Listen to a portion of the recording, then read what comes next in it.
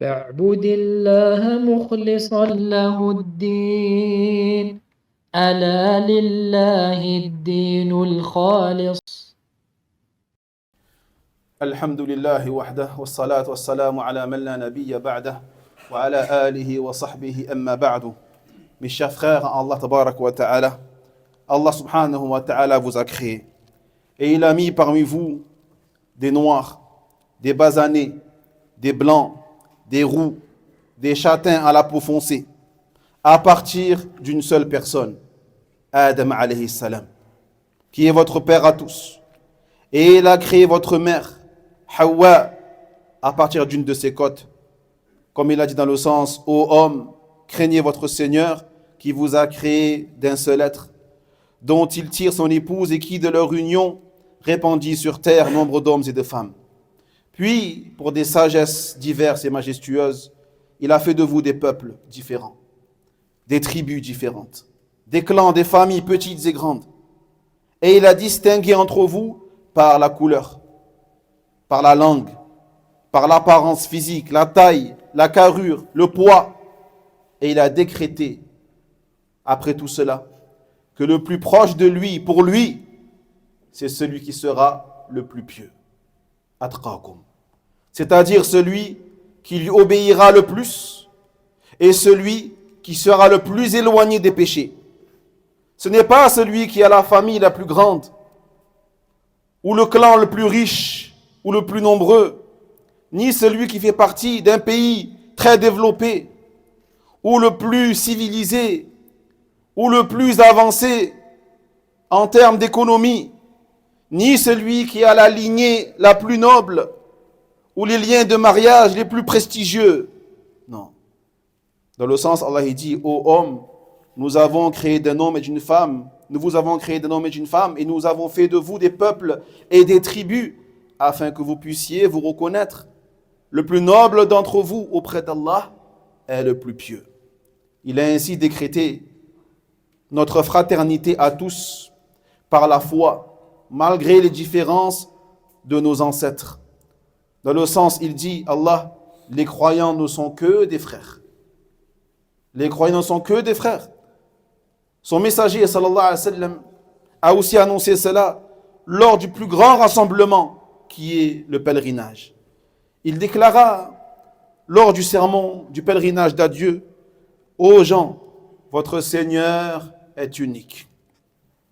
Et votre Père est unique. Et un arabe n'a pas plus de mérite qu'un non-arabe. Et un non-arabe n'a pas plus de mérite qu'un arabe.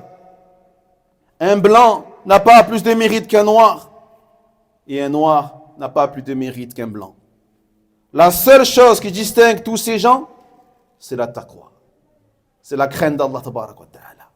C'est la piété. Ai-je bien transmis? Ils répondirent, le messager d'Allah sallallahu alayhi wa sallam a bien transmis. On voit clairement que l'axe de préférence pour Allah tabarak wa ta'ala et de proximité avec Allah jalla wa ala, c'est la piété.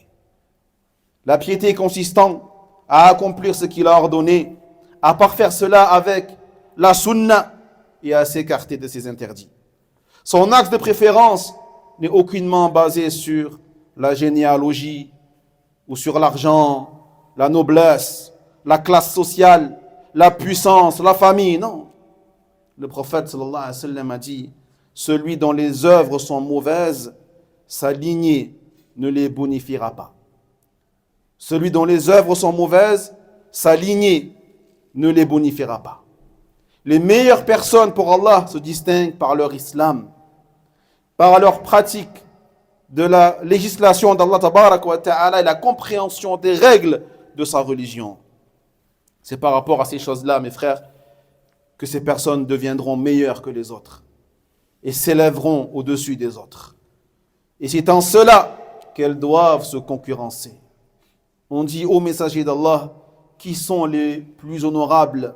Il répondit, les plus pieux d'entre vous.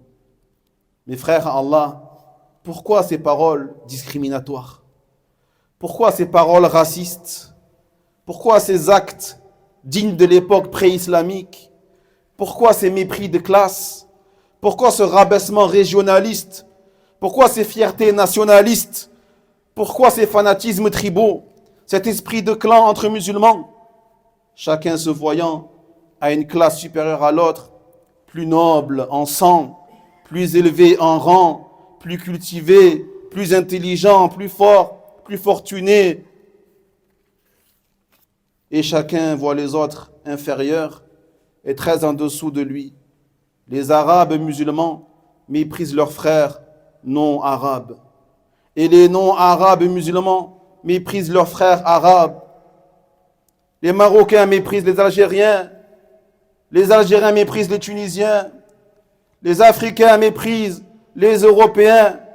Et les Européens méprisent les Asiatiques. Et ainsi de suite.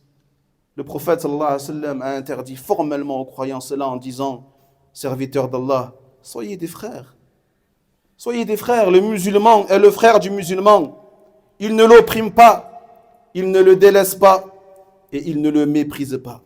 Il suffit à la personne pour qu'elle fasse une mauvaise action que de mépriser son frère musulman. Tout musulman est sacré. Tous les musulmans sont sacrés. Leur rang, leur bien et leur honneur. Mais ce qui est regrettable de nos jours et triste et amer, c'est de voir l'existence encore de nos jours de ce racisme, de ces défauts de l'ère pré-islamique et d'incroyance chez énormément de musulmans, arabes ou non arabes, de façon continue à cause de certains immatures, idiots et stupides qui pullulent, notamment sur les réseaux sociopathes, écrivant dans l'anonymat, dans le but de monter les musulmans les uns sur les autres et contre les autres et d'accentuer la division au sein des musulmans. Ibn Abbas radhiyallahu anhuma a dit, quiconque ne peut appliquer ce verset aux gens, nous vous avons créé d'un homme et d'une femme et nous avons fait de vous des peuples et des tribus afin que vous puissiez vous reconnaître. Le plus noble d'entre vous auprès d'Allah est le plus pieux. Personne ne peut appliquer ce verset en disant à un autre, je suis plus noble que toi, car personne n'est plus noble que quiconque, si ce n'est par la crainte d'Allah tabarak wa ta'ala.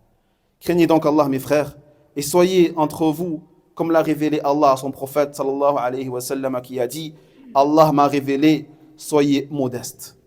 Soyez modestes, soyez humbles, de sorte à ce que personne ne puisse s'enorgueillir sur une autre et que personne tyrannise une autre.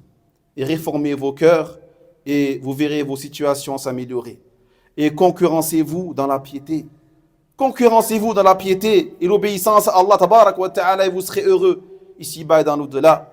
On demanda au messager d'Allah alayhi salam, qui sont les meilleures personnes? Et il répondit, ceux dotés des cœurs mahmoum et des langues véridiques. Ils dirent, nous savons ce qu'est une langue véridique. Mais qu'est-ce qu'un cœur mahmoum? Il dit alors, c'est un cœur qui est pieux. C'est un cœur qui est pur, sans péché, ni injustice, ni rancœur, ni jalousie. Allahumma hdina bi ahsan al-akhlaq wal a'mal. La yahdi al-ahsanaha illa ant. Wasrif 'anna sayyi'aha wa la yasrif 'anna sayyi'aha illa ant. Allahumma tahhir qulubana. اللهم طهر قلوبنا من الغل والحقد والحسد والبغضاء اللهم جنبنا التحريش بين المسلمين وألف قلوب المسلمين على بعض وزد من تراحمهم وتعاطفهم واجمع حكامهم على التوحيد والسنة اللهم اجمع حكامهم على التوحيد والسنة وقوهم بالإسلام والمسلمين اللهم صل على محمد وعلى آل محمد كما صليت على إبراهيم وعلى آل إبراهيم إنك حميد مجيد وبارك على محمد وعلى آل محمد كما باركت على إبراهيم وعلى آل إبراهيم إنك حميد مجيد والله أعلم. وينجي الله الذين اتقوا بمفازتهم لا يمسهم السوء ولا هم يحزنون.